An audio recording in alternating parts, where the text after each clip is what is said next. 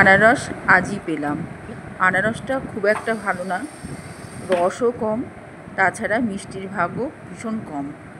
ছাড়িয়ে এক টুকরো মুখে দিয়েই দেখেছি, তো সেটাকে যখন কিনেছি ফেলে তো দিতে পারি না, ওটাকে সুস্বাদু করে মাখতে গেলে এর সাথে যেমন করে মেখেছি চিনি, লেবুর রস আর বিট নুন, এই দিয়ে একটু ঝাঁকিয়ে নিলাম। ঝাঁকিয়ে নেওয়াতে টক, মিষ্টি আর নুনের স্বাদটা চলে গেল আনারসের মধ্যে।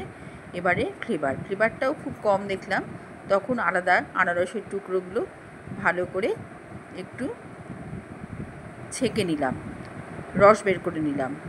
এইটা দিয়ে এই ছাঁকনি দিয়ে আনারসের ড্রপ ড্রপ করে রস পড়লো, এটাই অ্যারোমার কাজ করলো। এর যে সুগন্ধি, মনেই হলো না যে আনারসের রস নেই বা মিষ্টি নেই কিছু।